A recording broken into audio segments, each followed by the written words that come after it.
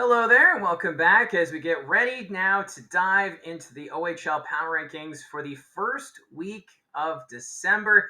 Just a few weeks away now from the Christmas break and the World Juniors. So let's just dive in and see where we're at with the Ontario Hockey League right now. Starting off with number 20, this team fell one position. It's the Sarnia Sting. The Sting, they had an average week. They went 1-1.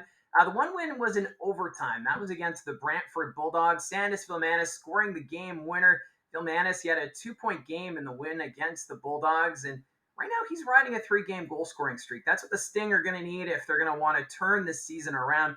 They've been slipping from where they were about a month ago. They were one of the hotter teams in the Ontario Hockey League off the start, but have really cooled off and just looking for some way to turn it around. Kai Schwint, who was acquired from the Mississauga Steelheads, he had his first goal over the weekend as a member of the Sting. So you got to take the positives where you can find them, and that's where the Sting sit right now. They do have a full week, though. Starting off tomorrow night, they're in London to face the Knights. They host Barrie on Wednesday and then travel to Owen Sound Saturday before hosting Oshawa on Sunday. So a very busy week for the Sarnia Sting. Number 19, it's the Kingston Frontenacs. They are also down one position. They dropped because a team below them, they had a hot week, and I'll tell you that team in just a few minutes. But for Kingston, they went 1-1-1, and that one win was in overtime against Flint. Gabriel Frasca getting his first of the season, and Frasca is going to be a big boost for this Kingston team. He missed the start of the regular season due to injury, and it's great to see him out on the ice representing the Fronts as they look to turn things around. He was in the lineup against the Battalion on Friday where he put up 2 assists, so a 3-point weekend. Not a bad start for Gabriel Frasca. Kingston, though, they're on a northern road trip this week. It's a tough one, too, because it starts in North Bay. They visit Sudbury and then end it in Sault Ste. Marie. So all three of those teams doing really good right now in the Ontario Hockey League. So Kingston's going to have to dig deep on this upcoming road trip. Coming in at number 18, the Niagara Ice Dogs. They climbed 2 positions, and right now there are no pushovers in this league. We're not seeing a team that's being left in the dust from all the other teams in the OHL. The teams, they are competing night in, night out, including the Ice Dogs. They went 2-1 last week. Wins over the first place Kitchener Rangers and the Peterborough Petes. So Niagara getting it done. Marcus Vandenberg, he had a great night. He was the story in the win against the Rangers. He made 44 saves on 47 shots for the OT winner. And it was his first game back at the Odd. Remember, he played for Kitchener last season. So Vandenberg getting some sweet revenge against his former team. Zachary Lavoie, he also had a good week for Niagara. 2 goals in the game against Kitchener and also adding an assist against the Rangers that night. So the Ice Dogs, we'll see if they can continue this momentum. They open the week Thursday at home against the Erie Otters before traveling to Sudbury and Mississauga. So 2 key Central Division matchups coming up this weekend. Number 17, the Erie Otters. No change from last week. They went 1-1-1 last week. They split their series in Owen Sound, which saw them put up 6 unanswered goals in the game last night at the Bayshore, and that ended up being an 8-5 victory. Erie, they were down 5-2, and they just firing on all cylinders. Kerry Terrance had a big night. He had 2 goals in the win. He's now 4th in the OHL in goals with 20. So Terrance continues to get it down. Mind you, Erie, they just have 2 games this week. Thursday, they're at the Meridian Center in Niagara, and then they're home to the Guelph Storm on Saturday. Number 16, the Oshawa Generals. They're continuing to fall down the power rankings. They fell 2 more positions. They went 1-1 last week, a win in Brantford and then a loss in Guelph. This Oshawa team, it's just a team that leaves you wanting more. They traded Ryder McIntyre before the weekend to the Peterborough Petes to open things up. Rasmus Kempalainen, he had a good weekend, 3 goals in 2 games, and he's riding a 4-game point streak. So Kempalainen getting the job done. But like I said, this team, I feel like they're not meeting expectations right now. You know, the reason why they had that slow start, we thought, was maybe because they weren't healthy. They were missing guys like Callum Ritchie, and injuries were piling up. But now that they've gotten a little healthier, they're still just not able to, string some wins together. So we'll see if Oshawa can turn it around. They have 3 games on the road this week. They're in Ottawa Wednesday and then travel to Windsor and Sarnia. So a lot of bus legs, I'm thinking, for Oshawa with the upcoming week. So we'll see if they can maybe turn things around. Coming in at number 15, another team not making any movement, it's the Windsor Spitfires. Now, I was wondering with Windsor after they went 2-1 on their Eastern Road swing, if they would maybe come back down to reality like we saw at the start of the season, but that wasn't the case. They went 1-1, and that included a 3-0 shutout on the road against the Guelph Storm. Ian Micheloni, 25 save performance for the shutout for his first career OHL shutout, and Liam Greentree. That kid is so talented. It was fun to see him play in Barrie last Thursday. I know the Spitfires lost 4-1 to the Colts, but still, Liam Greentree, his one goal in that game, a beautiful backhander. He put it top shelf. So Greentree, a lot of talent. And if you're looking to maybe go to a Windsor Spitfires game, keep an eye on number 66. He now has 17 goals on the season. The Spitfires, they do return home this week. They're going to host Barrie, Oshawa, and Flint. So they're going to be back at the WFCU Center after a 5-game road trip. Number 14, it's the Barrie Colts. They are down 2 positions. They looked okay to start the week with that 4-1 win over Windsor, but then they went on the road and lost back-to-back in Sudbury and Sault Ste. Marie. Obviously, that northern swing right now, not easy for anybody in the Ontario Hockey League. Specialty teams continues to be a problem for Barrie. They went 0-12 on the power play in Sudbury and Sault Ste. Marie. They also gave up 6 goals while shorthanded 9 times. So the penalty kill unit just not getting it done. Although they put up 3 shorthanded goals in the game against the Sudbury Wolves. So what does that say about the Colts penalty kill? What does it say about the power play of the Sudbury Wolves? If you're a Wolves fan, I think you're pretty concerned with that result despite the win. So it is still rough right now with the injuries and whatnot. But one player who's standing out, Bo Jelsma, he had a 4-point night against the Sudbury Wolves, and he's just continues to put in a solid effort night in, night out. So Bo Jelsma definitely deserves some recognition as he leads the team in points. The Colts, they do play 2 on the road in Windsor and Sarnia before returning back to the Saddleland Arena Saturday for their Teddy Bear Toss game against the Mississauga Steelheads. Number 13, the Brantford Bulldogs. They are up 3 positions. They went 1-1-1, but they kind of benefited from Oshawa and Barrie falling down the power rankings. The Bulldogs, they're in the thick of it, though, for the top spot in the East Division, 3 points back of Ottawa for first place right now. And this team, I think, will go as far as Nick Lardis will carry them. Lardis, he had 2 goals and an assist in the first 2 games, and then was held off the score sheet in the game against Oshawa that they lost in regulation. Brantford, they do play a 3-3 this weekend, starting in Peterborough Thursday before traveling to Kitchener Friday night. Never easy playing at the Odd right now. And then they host the Rangers on Saturday. So this is looking to be another tough weekend for the Brantford Bulldogs.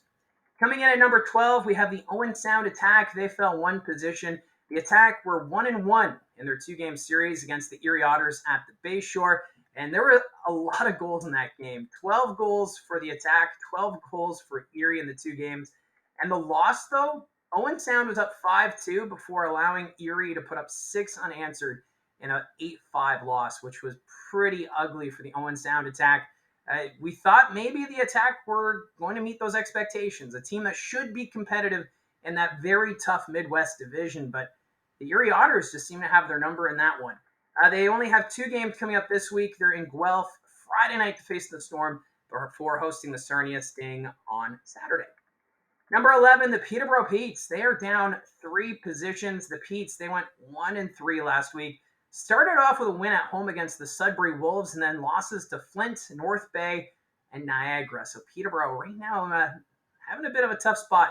They fell out of first place in the East Division to Ottawa, and they're only 1 point ahead of the Bulldogs for second in the division. So the Petes, who are holding on to that top spot in the East Division, everyone was calling them the pesky Petes.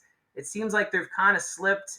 They did pick up Ryder McIntyre from Oshawa on a trade on Friday. He had 1 assist in the 2 games, but had 3 shots on goal. So McIntyre putting pucks to the net, and I'm sure he'll be rewarded at some point because he does have that skill set around the net. He plays with that aggressive style, get that traffic to the net. So McIntyre, I think, will fit in nicely with this Peterborough Petes team. But they do have 3 very important games this week, starting at home against Brantford Thursday, and then a home-and-home with the Ottawa 67s. And if the losses keep piling up, do we see the Petes make a move? I know that's been the question mark with this Peterborough Petes team all season so far. What are they going to do with their veteran players? Are they going to restock their draft cupboard? What exactly are they going to do? Can they afford to have another deep run like they did last year when they won the OHL championship? So A lot of tough questions for management going forward. You look at this lineup, a lot of talent, and there's no reason why this Peterborough Petes team wouldn't make the playoffs. They should be competitive, but it's just how many pieces do they move to maybe recoup picks and maybe get some younger talent to look for a run down the road. So a lot of questions right now with those Peterborough Petes. Coming in at number 10, the Flint Firebirds. They're up 3 spots. This is the highest the Firebirds have been in the power rankings. And who would have thought that after their slow start? Remember when they fired Ted Dant after 2 games to start the year and they brought in Flash? They've been piling it on. They went 2-0-1 through the East Division on the road trip, including an overtime win against Ottawa. Marco Stoikov, he was the overtime hero in that game. And the Firebirds, they're looking solid. They're 6-3-1 in their last 10. Gavin Hayes leads the team in scoring, 19 goals, 16 assists, good for 35 points, and riding a 7-game point streak. So I really like what they're doing right now with the Flint Firebirds, and we'll see if they can continue it because they host Saginaw Saturday night, and then they visit the Windsor Spitfires on Sunday. Number 9, the Mississauga Steelheads. They're up 1 position. The Steelheads, they went 2-0-1 last week. Wins over London and Sudbury, and the win over the Wolves was in a shootout. That game kind of going back and forth. Luke Misa, though, he had a hat trick in the game against the London Knights and added another goal in the win against Sudbury, bringing his goal total to 11. So Luke Misa continuing to be a fun player to watch on the Steelheads team. Mississauga, they do have a 3-3 this week. They're at home Friday against North Bay, travel to Barrie Saturday, and then home to Niagara on Sunday. Sudbury Wolves, they fell 1 position, and I don't know, something's got to give with the Sudbury Wolves team. I almost want to have them lower in the power rankings. This lineup is loaded. There's no reason why the Sudbury Wolves team should not be in first place in the Eastern Conference. They went 1-1-1. Their only win was against the Barrie Colts in a 9-6 win. They went 5-for-6 on the man advantage, which is great, but they still gave up 3 shorthanded goals, which, yeah, you got to be happy that the power play finally clicked, but at the same time, they're still making those errors. The Barrie Colts took advantage. So what is it with the Sudbury Wolves? Is it the coaching? Is it the defense? The chemistry of the team? I don't know. It's really hard to say because this team on paper should be doing extremely well. The expectations coming into this year, really high. Maybe they were too high. This is a Sudbury Wolves team that I think will turn it around. Expect them to be in the thick of it come playoff time. I would not be surprised to see them first in the Central Division. There's still time between now and the OHL trade deadline, but still, you just got to scratch your head. Like, you're going to be losing Delibor Dvorsky soon to the World Juniors, and when he's gone, that's a key player out of their lineup. So that means your depth guys are going to have to step up, and are they ready for that? So a lot of tough questions for Sudbury. Also, Quentin Musty assessed a major for slew footing in the game against Mississauga, and that's been a penalty that's been coming up quite often for the Sudbury Wolves. So a little concerning. I haven't seen yet if Musty's been suspended for the 2 games. Typically, it's an automatic 2-game suspension for a slew foot, but sometimes the league will waive the suspension after reviewing the penalty. So I have not yet seen if Quentin Musty will miss 2 games this week.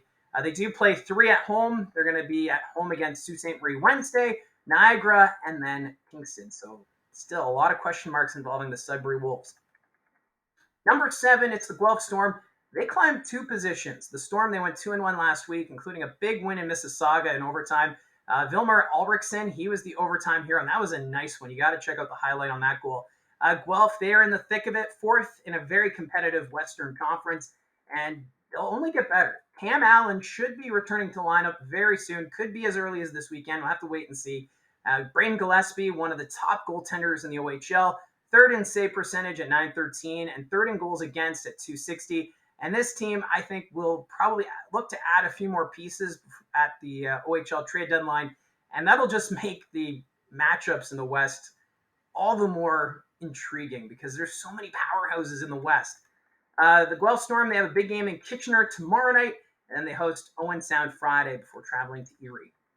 Number 6, the London Knights. They fell 3 positions, and I thought the Knights were back last week, but maybe that was too soon to call because they went 0-2, outscored 12-6 against Mississauga and Saginaw, and those were 2 really good teams. You know, give London credit, but to be the top in the league right now is very competitive, and you got to be on your game night in, night out. Casper Hultinen, He had another power play goal in the game against Saginaw, so now he has 11 power play goals, which is tied with Artu Karki from the Sioux Greyhounds. So Haltonen continues to get it done.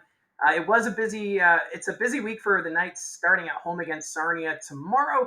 They are home to Saginaw Friday, and then they travel 6.5 hours north to Sault Ste. Marie to battle the Greyhounds. And I don't get it. Usually, when you play the Sioux, you make it into a road trip. So you either go through Michigan, so you play maybe Saginaw on the Saturday, Sault Ste. Marie on the Sunday, or you go through Northern Ontario and you play the Sudbury Wolves and then the Sioux Greyhounds. But for the second time this season, and this is their final trip to Sault Ste. Marie, they're doing it in a one and done. So will bus legs be a factor? Speaking of the Greyhounds, they're at number 5 and they fell one position. 2-1 was their record last week, starting with the battle for first in the West Division against Saginaw. They took the first game at the Dow Event Center, and then they lost 3-1 at home. So they split that series with Saginaw. Bryce McConnell-Barker had a really good week for the Greyhounds, 3 goals and an assist. And this Sioux team, they are solid, and I don't know if they're going to slow down anytime soon. They do play Sudbury Wednesday night, and then they host Kingston and London. Ottawa 67s, they're coming in at number 4. They're up one position. They went 2-0-1, earning 5 of a possible 6 points. They are looking really good, and they've taken over top spot in the East Division. Brady Stonehouse, he had a good week, 3 goals and an assist. Well, Luca Pinelli also adding 3 goals over his last 2 games, bringing his total to 21, which is 3rd in the OHL. The Ottawa 67s, they start the week at home against Oshawa Wednesday, and then they have a chance to extend their lead in the division as they have a home-and-home coming up with the Peterborough Petes. Number 3, the North Bay Battalion, they fell one position this week. They went 2-1 on the road trip through the East Division and were nearly perfect, but they lost 6-5 to the 67s. North Bay, 2 points out of first in the East, and the goals, they just keep going in as they put up 20 goals in their 3 games for the East Division. Anthony Romani continues to get the job done, putting up 5 points in the win against the Petes and riding a 4-game point streak. So good job from Romani.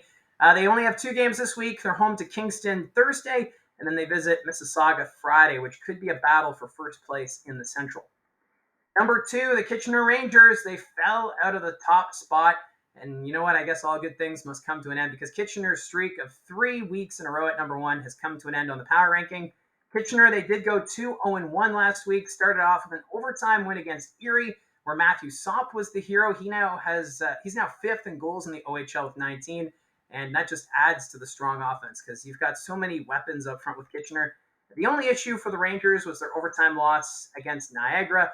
Marcus Vandenberg was the difference in that game as the former Ranger netminder just shut the door. He said no, and I don't really expect Kitchener to fall far from here. They're still first place overall in the OHL. They do have a tough game at home against the Guelph Storm tomorrow. Guelph always plays Kitchener hard, and we'll see what happens there. And then they're home and home against the Brantford Bulldogs. So with Kitchener now out of that top spot, that means we have a new number 1, and it is the Saginaw Spirit. They are up 5 positions this week. The Spirit, they were the biggest movers. They went 2-1 last week, just 1 loss in their last 13 games. I think the Saginaw Spirit have arrived. The Sioux Greyhounds snapped their 10-game winning streak last Thursday. Then Saginaw responded with 2 wins against the Greyhounds and the Knights. Saginaw, they look like they've arrived. Callum Mangoni, he had a great week, 2 goals, 3 assists. 3 of those points were in the win against the London Knights. So they do only have 2 games this week. They're in London before taking on the Flint Firebirds. So that's the OHL Power Rankings for this week. We have a new number 1 and some movement throughout the rankings. So let me know in the comments section down below your thoughts on the week that was. Maybe a comment about some surprises and just your overall thoughts on the OHL season so far. Love to see those comments. Thank you for your continued support. Remember to hit like and subscribe, and we'll talk to you again soon.